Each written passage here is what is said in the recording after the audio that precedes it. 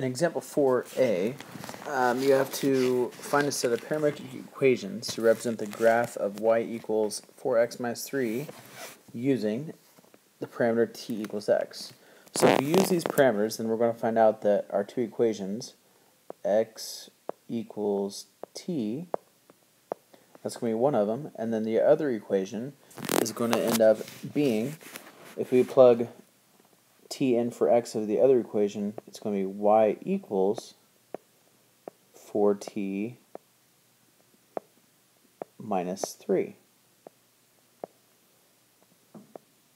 So if we make a table of values to graph each of these, and notice that we don't have any restrictions on our t values, so even though we don't have restrictions, I'm still going to plug in values for t.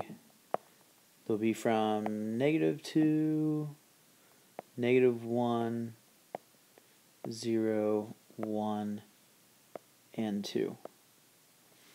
So if you plug these into your equation, well, if x equals t, then every single time your x is going to be the same as your t value. So you have a -2, -1, 0, 1, and 2. And if we plug these t values in for y, you're going to find out that 4 times -2 is -8, minus 11. Or minus 3 is -11. Plug a -1 in.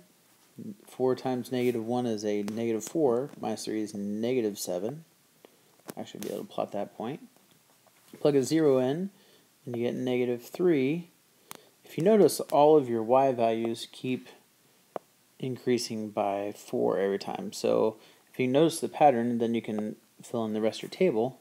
This is going to end up being a 1. This will end up being a 5. And then you plot those points. So let's use red here. If we go back 2 down 11, that's not going to be possible.